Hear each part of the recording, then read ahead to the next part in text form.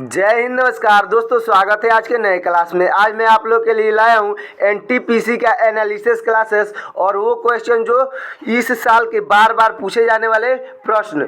तो चलिए शुरू करते हैं दोस्तों। ये क्वेश्चन बहुत ही इंपॉर्टेंट होने वाला है क्योंकि ये वो क्लास का एनालिसिस है जो कि इस साल यानी कि 2025 में बार बार पूछा जा रहा है। तो चलिए शुरू करते हैं दोस्तों। हमारा पहला प्रश्न है दोस्तों, GUI का पूर्ण रूप क्या है। दोस्तों GUI का पूर्ण रूप पूछा है तो सही ऑप्शन हो जाएगा ऑप्शन नंबर बी, यानी कि ग्राफिकल यूजर इंटरफेस। चलते हैं दोस्तों अगले प्रश्न की ओर। हमारा अगला प्रश्न है दोस्तों, 2025 में कितने व्यक्तियों को पद्म पुरस्कार से सम्मानित किया गया। तो दोस्तों आपका सही ऑप्शन हो जाएगा ऑप्शन नंबर ए, यानी कि 149 लोगों को सम्मानित किया गया। चलते हैं दोस्तों अगले प्रश्न की ओर। हमारा अगला प्रश्न है दोस्तों, निम्नलिखित में से कौन एक कंप्यूटर ऑपरेटिंग सिस्टम नहीं है। दोस्तों पूछा है निम्न में से कौन सा एक कंप्यूटर ऑपरेटिंग सिस्टम नहीं है दोस्तों। तो सही ऑप्शन हो जाएगा ऑप्शन नंबर बी, यानी कि एंड्रॉयड। दोस्तों एंड्रॉयड है वो कंप्यूटर का ऑपरेटिंग सिस्टम नहीं है। चलते हैं दोस्तों अगले प्रश्न की ओर।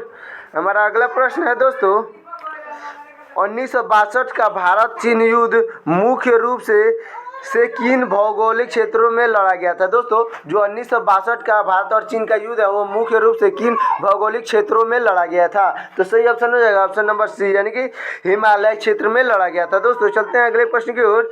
हमारा अगला प्रश्न है दोस्तों, RTI अधिनियम के तहत सरकार को सूचना अनुरोध का जवाब कितने दिन के भीतर देना होता है। दोस्तों जो RTI अधिनियम है उसके तहत सरकार को अगर जवाब देना हो तो वो कितने दिन के भीतर दे सकता है। तो सही ऑप्शन हो जाएगा ऑप्शन नंबर बी, यानी कि 30 दिनों के भीतर दे सकता है। चलते हैं दोस्तों अगले प्रश्न की ओर।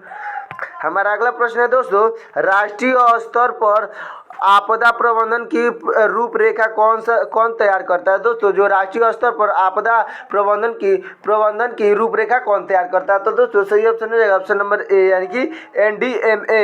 दोस्तों जो NDMA है वो राष्ट्रीय स्तर पर आपदा प्रबंधन के रूपरेखा तैयार करता है। चलते हैं दोस्तों अगले प्रश्न की ओर। ये क्वेश्चन तो मैं कई बार पढ़ाया हूँ दोस्तों, एक बार और देख लीजिएगा क्योंकि ये एनालिसिस क्लास है। तो हाल ही में ब्रिक्स का नया सदस्य कौन सा देश बना है। दोस्तों जो हाल ही में ब्रिक्स का नया सदस्य कौन सा देश बना है दोस्तों। तो सही ऑप्शन हो जाएगा ऑप्शन नंबर बी, यानी कि इंडोनेशिया। दोस्तों इंडोनेशिया हाल ही में ब्रिक्स का नया सदस्य बना है। दोस्तों चलते हैं अगले प्रश्न की ओर। अगला प्रश्न है दोस्तों हमारा, 19वां प्रवासी भारतीय दिवस 2025 कहाँ आयोजित किया गया था। दोस्तों 19वां प्रवासी भारतीय दिवस 2025 में कहाँ आयोजित किया गया था। तो सही ऑप्शन हो जाएगा ऑप्शन नंबर ए, यानी कि भुवनेश्वर उड़ीसा में आयोजित किया गया था। चलते हैं दोस्तों अगले प्रश्न की ओर। हमारा अगला प्रश्न है दोस्तों, prime minister office through the diary पुस्तक के लेखक कौन है। दोस्तों जो हमारा पुस्तक है prime minister office through the diary पुस्तक के लेखक पूछा है दोस्तों कौन है। तो सही ऑप्शन हो जाएगा ऑप्शन नंबर ए, यानी कि हिमांशु राय। दोस्तों हिमांशु राय का सही ऑप्शन हो जाएगा। चलते हैं दोस्तों अगले प्रश्न की ओर। हमारा अगला प्रश्न है दोस्तों, जैन धर्म की दूसरी संगति 512 ईस्वी में किस स्थान पर आयोजित किया गया था। दोस्तों जो जैन धर्म की दूसरी संगति 512 ईस्वी में किस स्थान पे आयोजित किया गया था दोस्तों। तो सही ऑप्शन हो जाएगा ऑप्शन नंबर बी, यानी कि बलवी स्थान पे आयोजित किया गया था। चलते हैं दोस्तों अगले प्रश्न की ओर। अगला प्रश्न है दोस्तों, इसरो के 101वें विफल मिशन का नाम क्या था। दोस्तों जो इसरो 101वें विफल मिशन था दोस्तों उसका नाम क्या था। तो सही ऑप्शन हो जाएगा ऑप्शन नंबर सी, यानी कि इसरो EOS 09। दोस्तों EOS 09 हो जाएगा। चलते हैं दोस्तों अगले प्रश्न की ओर। हमारा अगला प्रश्न है दोस्तों, जैन धर्म के श्वेतांबर संप्रदाय के कितने आगम हैं। दोस्तों जो जैन धर्म के श्वेतांबर के संप्रदाय के कितने आगम हैं दोस्तों। तो सही ऑप्शन हो जाएगा ऑप्शन नंबर ए, यानी कि 45 आगम है। चलते हैं दोस्तों अगले प्रश्न की ओर। हमारा अगला प्रश्न है दोस्तों, भारतीय संविधान का 101वां संशोधन किससे संबंधित है। दोस्तों जो भारतीय संविधान है उसका 101वां संशोधन किससे संबंधित है। तो सही ऑप्शन हो जाएगा ऑप्शन नंबर सी, यानी कि GST। जो दोस्तों जो है GST से संबंधित है। चलते हैं दोस्तों अगले प्रश्न की ओर। हमारा अगला प्रश्न है दोस्तों, अगला प्रश्न है, भारतीय संविधान में संशोधन किस अनुच्छेद के तहत किया जाता है? दोस्तों भारतीय संविधान में संशोधन किस अनुच्छेद के तहत किया जाता है? तो सही ऑप्शन हो जाएगा ऑप्शन नंबर बी, यानी कि अनुच्छेद 368 के तहत किया जाता है। चलते हैं दोस्तों अगले प्रश्न की ओर। हमारा अगला प्रश्न है दोस्तों, भारतीय मरुस्थल यानी कि थार डेजर्ट के पूर्व में कौन सा पर्वत स्थित है? दोस्तों यानी कि भारतीय मरुस्थल थार डेजर्ट के पूर्व में कौन सा पर्वत स्थित है? तो सही ऑप्शन हो जाएगा ऑप्शन नंबर ए, यानी कि अरावली पर्वत स्थित है। दोस्तों चलते हैं अगले प्रश्न की ओर। अगला प्रश्न है दोस्तों, कश्मीर घाटी को शेष हिमालय से कौन सा पर्वत अलग करता है? दोस्तों जो कश्मीर घाटी है उसको कौन सा शेष हिमालय से कौन सा पर्वत अलग करता है? तो सही ऑप्शन हो जाएगा ऑप्शन नंबर बी, यानी कि पीर पंजाल पर्वत। दोस्तों सही ऑप्शन हो जाएगा ऑप्शन नंबर बी, यानी कि पीर पंजाल पर्वत। चलते हैं दोस्तों अगले प्रश्न की ओर। अगला प्रश्न है 1947 से 1991 तक भारत में अधिकांश लोगों का मुख्य रोजगार क्या था? दोस्तों 1947 से लेकर 1991 तक भारत में अधिकांश लोगों का मुख्य रोजगार पूछा दोस्तों क्या था? तो सही ऑप्शन हो जाएगा ऑप्शन नंबर बी, यानी कि कृषि था। चलते हैं दोस्तों अगले प्रश्न की ओर। हमारा अगला प्रश्न है दोस्तों, अगला प्रश्न है 1829 में विलियम बेटिंक्स ने किस प्रथा पर रोक लगाई थी? दोस्तों 1829 में विलियम बेटिंक्स ने किस प्रथा पर रोक लगाई थी? तो सही ऑप्शन हो जाएगा ऑप्शन नंबर सी, यानी कि सती प्रथा पर रोक लगाई थी। चलते हैं दोस्तों अगले प्रश्न की ओर।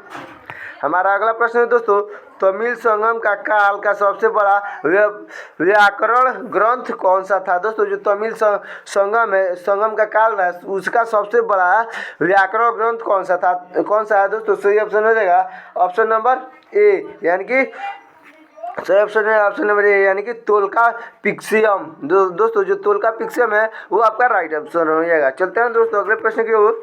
हमारा अगला प्रश्न दोस्तों, ऑस्ट्रेलिया का कौन सा पठार ज्वालामुखी के लावा से बना है? दोस्तों ऑस्ट्रेलिया का कौन सा पठार है जो ज्वालामुखी के लावा से बना है? तो दोस्तों सही ऑप्शन हो जाएगा ऑप्शन नंबर सी, यानी कि एयरटन टैबलेट। दोस्तों जो एयरटन टैबलेट ज्वालामुखी है दोस्तों वो लावा से बना है। चलते हैं दोस्तों अगला प्रश्न की ओर।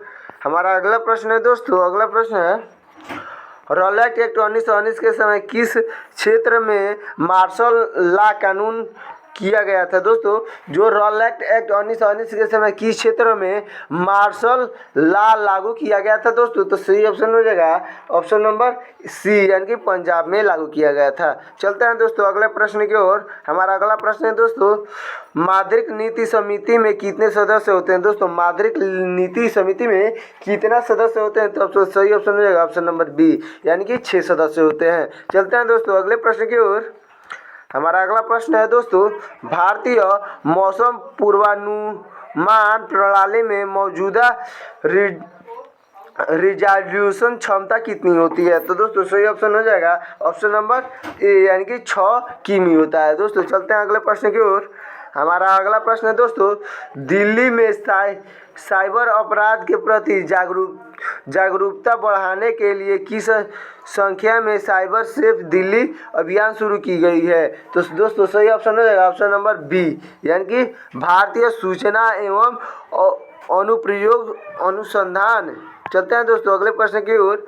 हमारा अगला प्रश्न है दोस्तों, सहकारी समिति भारत में संविधान की किस सूची में आती है? दोस्तों जो सहकारी समिति है वो भारत के संविधान की किस सूची में आती है? तो दोस्तों सही ऑप्शन हो जाएगा ऑप्शन नंबर ए, यानी कि राज्य सूची में आती है। दोस्तों चलते हैं अगले प्रश्न की ओर। हमारा अगला प्रश्न है दोस्तों, अगला प्रश्न है हमारा, किस नहर के खुलने से ब्रिटिश अधिक प्रभावित रूप से व्यापार करने लगे? दोस्तों किस नदी के खुलने से ब्रिटिश अधिक प्रभावी रूप से व्यापार करने लगे? दोस्तों तो सही ऑप्शन हो जाएगा ऑप्शन नंबर बी, यानी कि सुएज नहर के खुलने से। चलते हैं दोस्तों अगले प्रश्न की ओर। अगला प्रश्न है दोस्तों, वेग फ्रंट में हर बिंदु से नया वेग फ्रंट बनाने का सिद्धांत किसने दिया था? दोस्तों जो वेग फ्रंट में हर बिंदु से नया वेग फ्रंट बनाने का सिद्धांत दोस्तों किसने दिया था? तो सही ऑप्शन हो जाएगा ऑप्शन नंबर सी, यानी कि क्रिश्चियन ह्यूमियस ने दिया था। चलते हैं दोस्तों अगले प्रश्न की ओर। अगला प्रश्न है दोस्तों हमारा, आनुवांशिकी के अध्ययन को क्या कहा जाता है? दोस्तों आनुवांशिकी के अध्ययन को क्या कहा जाता है? तो सही ऑप्शन हो जाएगा ऑप्शन नंबर बी, यानी कि जेनेटिक्स। दोस्तों जेनेटिक्स को आनुवांशिकी का अध्ययन कहा जाता है। दोस्तों चलते हैं अगले प्रश्न की ओर। हमारा अगला प्रश्न, निम्नलिखित में से कौन सा तत्व लैथेनाइड श्रृंखला का हिस्सा है। दोस्तों निम्नलिखित में से कौन सा तत्व लैथेनाइड श्रृंखला का हिस्सा है? तो सही ऑप्शन हो जाएगा ऑप्शन नंबर बी यानी कि सीरियम का हिस्सा है। चलते हैं दोस्तों अगले प्रश्न की ओर। हमारा अगला प्रश्न है दोस्तों, दिल्ली, मुंबई, चेन्नई और कोलकाता को कौन जोड़ता है? दोस्तों जो ऐसा कौन सा राज्य है दोस्तों जो दिल्ली, मुंबई, चेन्नई और कोलकाता को जोड़ता हो? तो आपका सही ऑप्शन हो जाएगा, आपका सही ऑप्शन हो जाएगा दोस्तों बी यानी कि स्वामी। आपका सही ऑप्शन हो जाएगा ऑप्शन नंबर बी यानी कि स्वर्णीय चतुर्भुज। तो दोस्तों ये वीडियो कैसा लगा एनालिसिस के कमेंट में जरूर बताइएगा, और आपको पहले से कितना आंसर मालूम है वो भी कमेंट में जरूर बताइएगा। तो मिलते हैं किसी और वीडियो में, तब तक के लिए जय हिंद।